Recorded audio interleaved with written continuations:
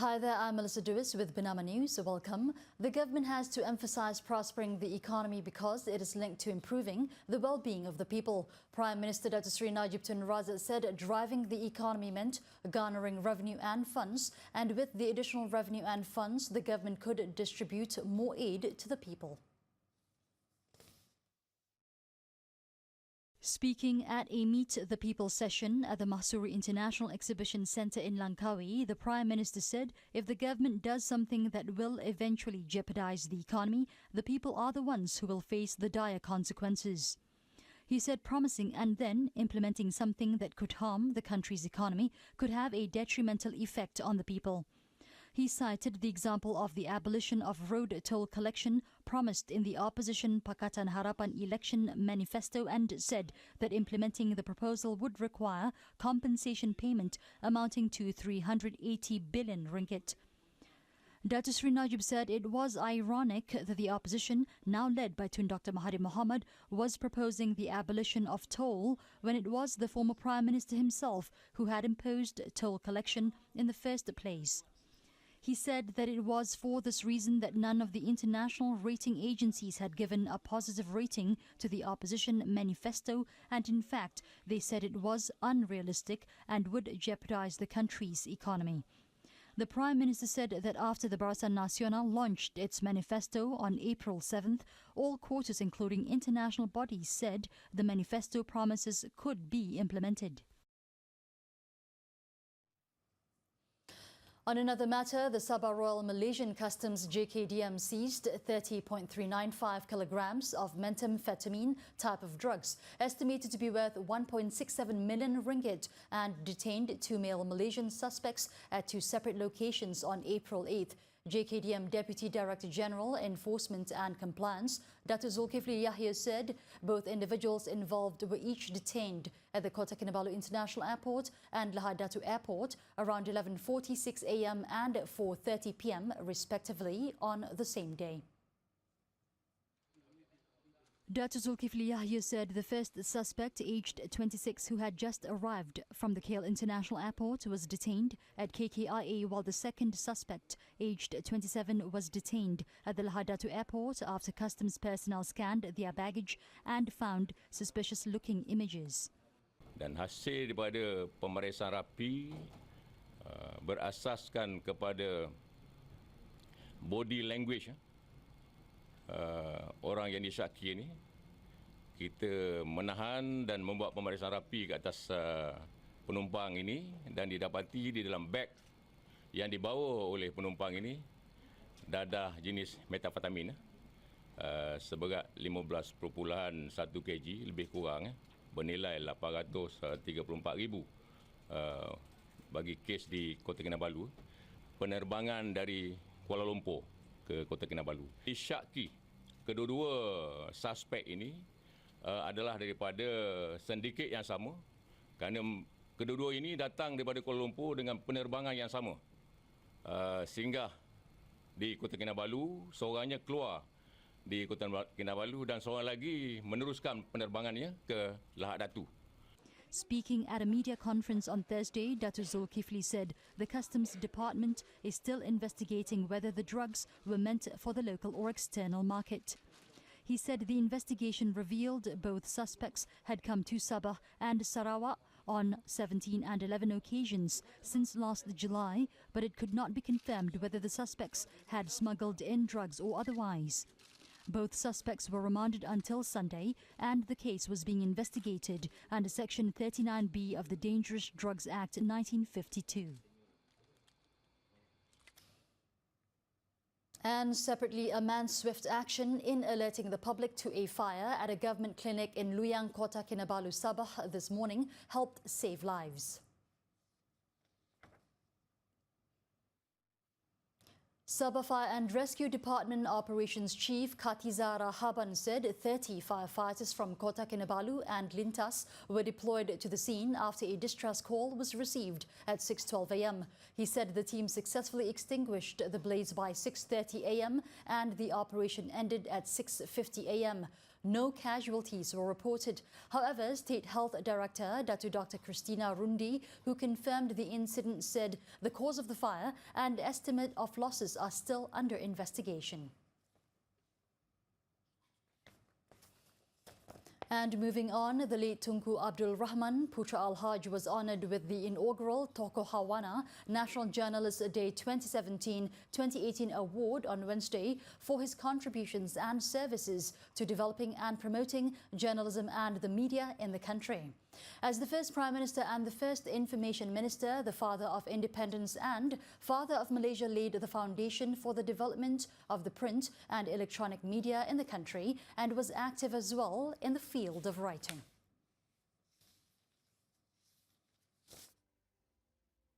The Tokoh Hawana Award, introduced at the launch of the National Journalists' Day on Wednesday, was presented by Prime Minister Datuk Seri Najib Tun Razak to Tengku Rozani Tengku Ahmad Nerang, a granddaughter of the Tunku, at the event at the Martrade Exhibition and Convention Centre.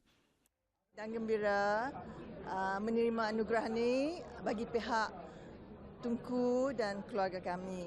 And I'm also very humble that our journalists have such high regards for my grandfather.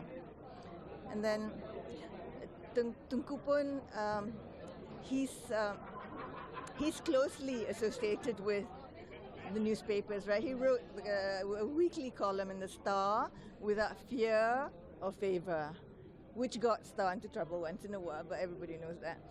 So, and then but he believed in the freedom of the press.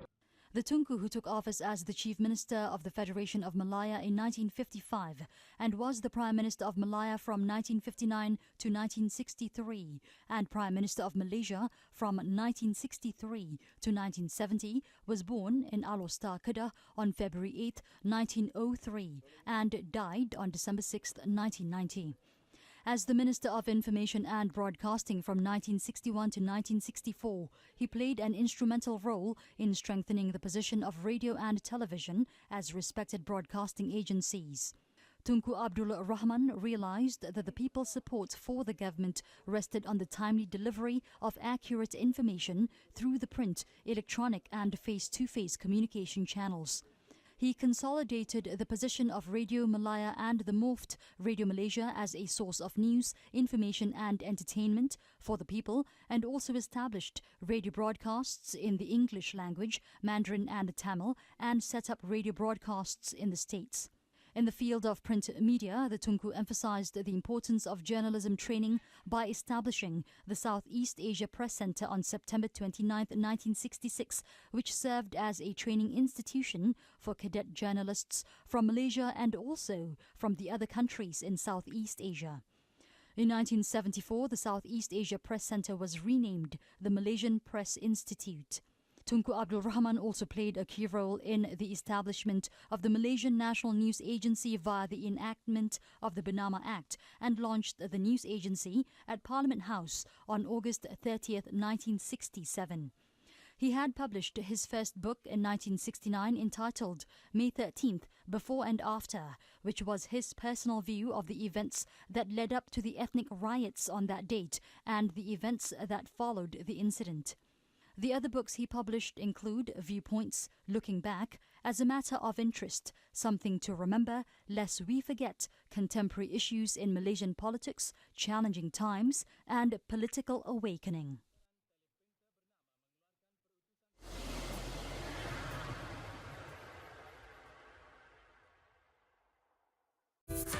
我很荣幸能趁三亚阿莫拉这个那么好的机会，就到全马各地旅游，我还能了解各州的文化。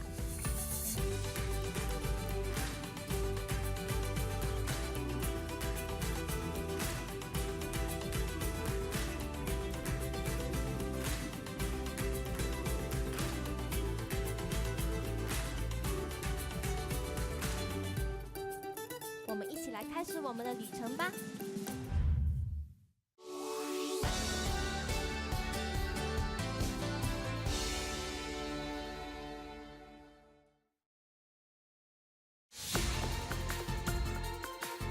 Gain insights from the people with the capacity to translate vision into reality.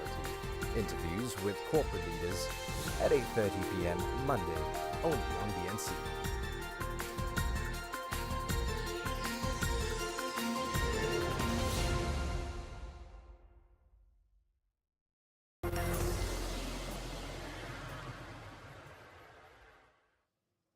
You're watching Bernama News. Welcome back. The 10th edition of Asia Water 2018 is back, bringing together industry leaders, experts and practitioners to address challenges and opportunities in developing Asia's water infrastructure. The region's leading water and wastewater three-day exhibition, beginning Wednesday, is being held at the Kuala Lumpur Convention Centre, KLCC. Asia Water 2018 is the international trade event for water supply, sanitation, water resources, industrial waste water treatment. The event will provide a platform for technology symposium, professionals business networking, lead generation. Some 1,000 companies from 32 countries showing the latest technologies, solutions and expertise of the water industry to some 19,000 trade visitors and delegates from 48 countries. It was launched by Acting Deputy Minister of Energy, Green Technology and Water, Datuk Seri S.K. Devamani.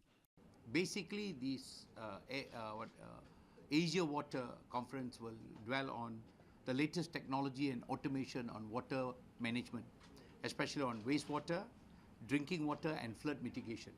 These three areas. There are very many contractors who are interested to come and look at their latest development. A lot of things are happening very fast. More so softwares, application, where you find that a lot of new applications are in place. Datuk Seri Devamani speaks to press after launching the Asia Water 2018 conference at Kuala Lumpur Convention Centre on Wednesday. The region's largest water and wastewater solutions industry showcased innovations and solutions in water management, sewerage, industrial wastewater, purification, irrigation and water resource management. There's also 11 regional and international pavilions, which include Austria, China, Denmark, Germany, South Korea, Singapore, Switzerland, Taiwan, the Netherlands and the US. Among the highlights are more than 30 free-to-attend seminars and conferences revolving around the theme of partnership for growth and a sustainable future. We would like to congratulate UBM together with KETA for organizing this Asia Water Conference, which is huge, one of the biggest outside China. The biggest. The company that's running this or organizing this is based in London, and we are very happy because from the 10th to yesterday it started. It'll go on until tomorrow. Yes. We would like to invite many people who are involved in the water fraternity to come and be part of this conference, which is huge. Conference topics include efficient and sustainable water resources, water future partnerships, water policy and governance, and water resources. Organised by UBM Malaysia, Asia Water 2018 conference and seminars are supported by Malaysian Water Association, Energy, Green Technology and Water Ministry, Natural Resources and Environment Ministry. The government is committed to helping the people to deal with the rapid rise in the cost of living by offering them rebates and subsidies continuously. Energy, Green Technology and Water Ministry Secretary General Datuk Seri Dr. Zaini Ujang said from March 2015 until now, a total of 6.3 billion ringgit of electricity tariff rebates have been given to consumers through the imbalance cost pass-through ICPT mechanism. Datuk Seri Dr. Zaini said electricity tariff rates for domestic usage in Malaysia is the fourth lowest worldwide. Presently, the average rate of electricity tariff in the peninsula that has been used since 1st January 2014 is 38.53 cent kilowatt per hour kWh and will remain so for the next 3 years starting 1st January until 31st December 2020. Despite kita nombor 4 paling rendah in term of tariff, we give rebate lagi. Itu tak termasuk lagi 1.1 million tu. Yang tidak 1.1 million tak bayar elektrik kat Malaysia sebab dia bayar RM20 ke bawah. Ya, a household lebih kurang 250 household. Jadi satu household tu kali 5 dia dapat lebih kurang 1.1 juta lebih lah. Datu Seri Dr. Zaini was speaking to reporters at a press conference during the A-Asia Expo and Conference 2018 on Wednesday. The conference was officiated by Deputy Minister of Energy, Green Technology and Water, Datu Seri S.K. Devamani. He said currently the imbalance cost pass-through ICPT mechanism is only implemented in the peninsula. The government has also spent around 3.79 billion ringgit from 2012 to 2017 to support the cost of fossil fuel and provided subsidies to enable consumers in Sabah to pay lower tariff rates than the normal electricity billing cost. And in other news, Asian stocks were mostly lower on Thursday morning as tensions over the conflict in Syria flared, and minutes of the March 20th and 21st Federal Open Market Committee meeting showed participants saw a slightly faster pace of tightening. Traders also await cues from the U.S. earnings season that kicks off in earnest with reports from 4 big banks on Friday, while MSCI's broadest index of Asia-Pacific shares outside Japan slipped 0.05% in early trade. Overnight on Wall Street, the U.S. stocks pulled back amid geopolitical concerns after President Donald Trump warned Russia to get ready for missiles being launched at Syria. The Dow Jones Industrial Average dropped 0.90% or 218.55 to 24,189.45. Closer to home, the Japan's Nikkei share average fell on Thursday morning after Wall Street weakened on worries about possible U.S. military action against Syria, while the retail sector stocks were driven by earnings news. At midday, the Nikkei dropped 53.43 or 0.25% to 21,633.67.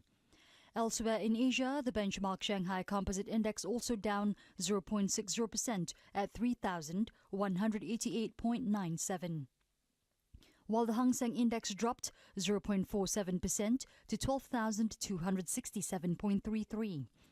Meanwhile, South Korea's Kospi average was gaining 0.01% as the Bank of Korea kept interest rates steady as widely expected. South Korea's Kospi edged up 0.01% to 2,444.47. Moving on to commodities market, oil markets remained tense on Thursday on concerns of a military escalation in Syria. A trader said ongoing trade disputes between the United States and China also kept markets on edge. Brent crude futures was up 19 cents to $72.25 per barrel. The United States now produces more crude than top exporter Saudi Arabia, while Russia at currently just under 11 million barrels per day. Meanwhile, gold prices eased off multi-week highs in early trade as minutes from the Federal Reserve's last policy meeting raised expectations for a faster pace of U.S. rate hikes.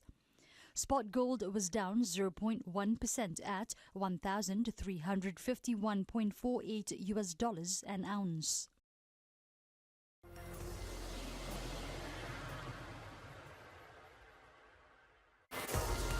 Berita dan informasi sahih, tepat, mantap. Pertama dulu kasih dari segenap pelusuk negara. Saksikan Bulletin Bernama hanya di Bernama News Channel.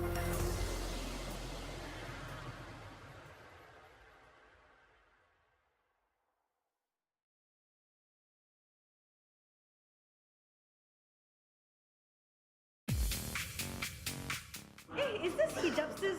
Kembali dengan pelbagai pilihan fashion, memenuhi rekaan terbaru dan gaya terkini. Perkongsian tip untuk tampil menawan. Seperti yang selalu. Membongkar rahsia selebriti. Semuanya dalam Hijabsters musim kedua. Setiap Sabtu, 4.30 petang, hanya di Bernama News Channel.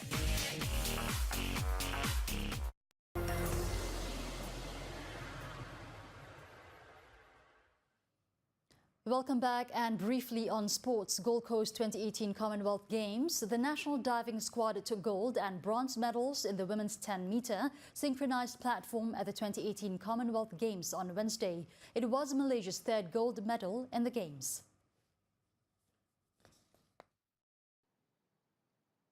In the final held at the Optus Aquatic Centre on Wednesday, Chong Jun-hung, who paired with Pandalela Rinong, displayed a focused and consistent performance to bag Malaysia's third gold medal in the 10-metre synchronised platform when they collected 328.08 points after 5 jumps.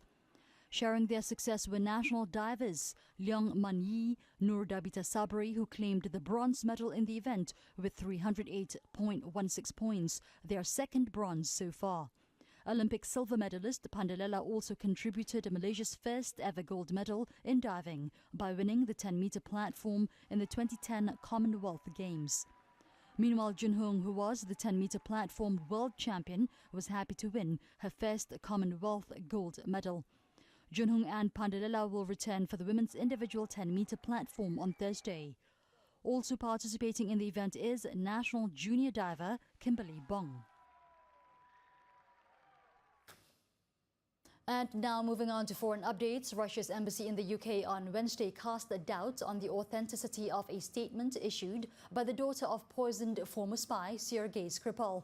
In the statement distributed by London's Metropolitan Police, Yulia Skripal said she does not wish to take up the offer of services from the Russian embassy as she recovers from the nerve agent attack that left her and her father in critical condition and created an international furor. The Russian embassy in London, which issued its own online statement, questions authenticity of Yulia Skripal's statement. It said the text has been composed in a special way so as to support official statements made by British authorities and at the same time to exclude every possibility of Yulia's contacts with the outer world, consuls, journalists and even relatives.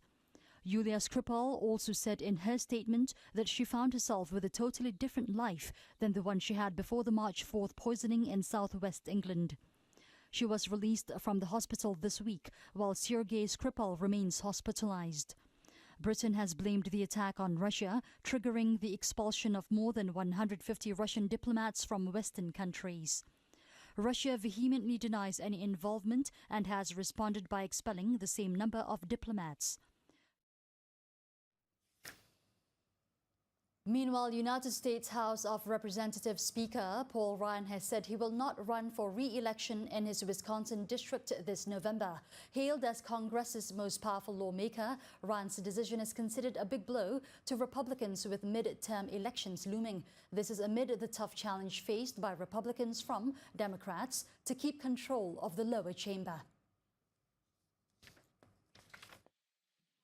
Ryan joins nearly 30 House Republicans who have announced this year they are retiring. Speaking in a news conference on Wednesday, Ryan said the decision was family-related. He said he did not seek the job, adding he took it reluctantly but had given the job everything. Ryan said he had no regrets whatsoever for having accepted the responsibility. The job provides incredible opportunities, but the truth is it's easy for it to take over everything in your life. And you can't just let that happen, because there are other things in life that can be fleeting as well, namely your time as a husband and a dad, which is the other great honor of my life. That's why today I am announcing that this year will be my last one as a member of the House. To be clear, I am not resigning. I intend to full my served term as I was elected to do, but I will be retiring in January, leaving this majority in good hands with what I believe is a very bright future. The 48-year-old father of 3 has also said he did not want to be known by his children as only a weekend dad. Spring flowers around China are now in full blossom, attracting large numbers of tourists to admire. To wrap up this edition, we'll leave you with a beautiful footage of flowers blooming. And to get the latest news updates, do follow us on Facebook, Instagram and Twitter, as well as subscribe to our YouTube channel. I'm Melissa Duis. Thanks for watching Bernama News Channel, where it's all about you.